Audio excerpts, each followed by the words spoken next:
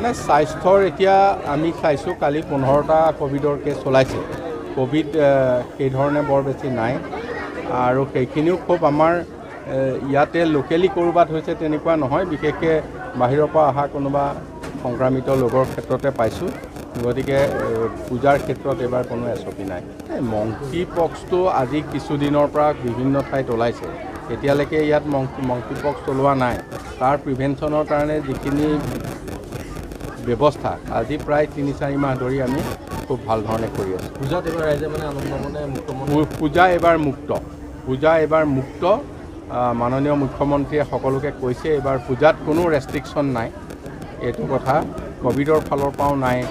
আৰু অন্যান্য পূজাত আগৰ যিখিনি আমি এটা সময়ৰ ভিতৰত নিয়ন্ত্ৰণ কৰোঁ সেইটোও নহয়, কাৰণ ইমান দিন মানুহে প্ৰায় 2টা বছৰ বহুত কষ্টৰে পাৰ কৰিলে।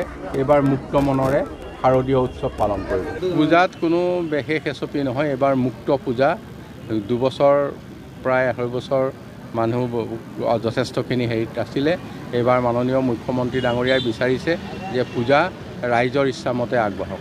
আমি এই সময়ত এইটোৱে মানে আহ্বান জনাম যে শাৰদীয় উৎসৱত আজিৰ দিনটোত আমাৰ মানে দুৰ্গতি নাশিনী দেৱী আগমনত যাতে আমাৰ সকলো দুৰ্গতি দূৰ হয়, ৰোগ মুক্ত হয় আৰু ৰাজ্যখন যাতে আমি শুভ শক্তিৰে পৰিচালিত